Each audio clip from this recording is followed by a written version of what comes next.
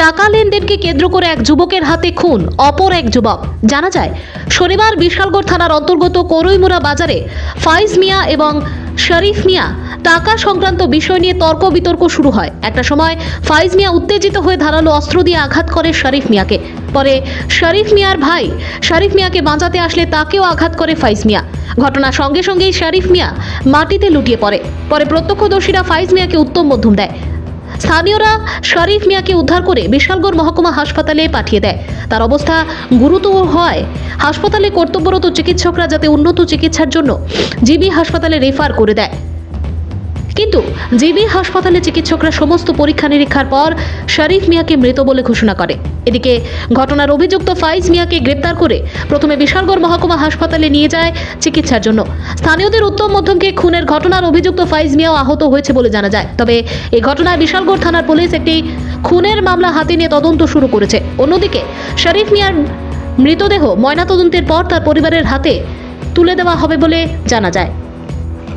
ভানুচন্দ্রের report, Assam prime network. বুনিয়ামারা থেকে patient আনা হয়েছে দুজন, ছুরি আঘাতের চিহ্ন আছে। তো প্রাথমিক চিকিৎসা করে আমরা টিএমসিতে রেফার করে দিয়েছি। পেশেন্টের কন্ডিশন খারাপ আছে।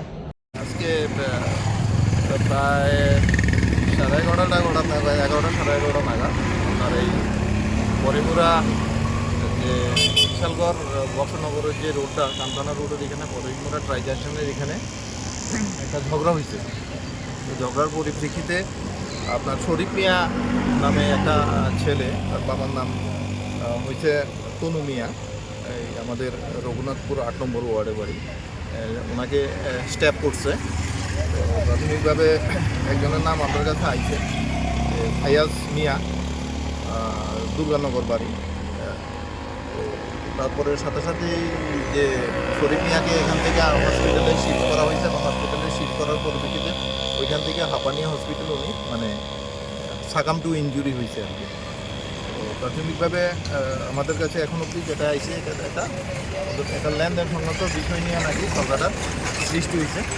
তো আরও জানতে পারছি শরীফের বাড়িতে গিয়ে সেটা শরীফের সকালবেলা এখানের একজন লোক ফোন করে এখানে ডাইকে আনছে।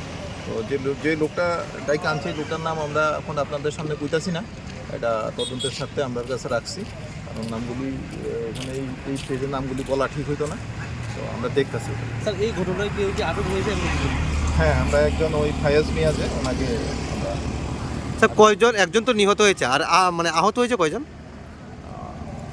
আহতরে ফায়াজ মিয়া তো ইঞ্জুরি আছে তো না, সামান্য ঠিক আছে। আমরা হয়তো স্কাপলিংয়ের সময় হয়েছে যে অ্যাসাইলেন্ট তারও কিছুটা মানে হয়েছে, যেটা ফায়াজ মিয়া এরা আমাদের কাস্টডিতে আছে আর কি।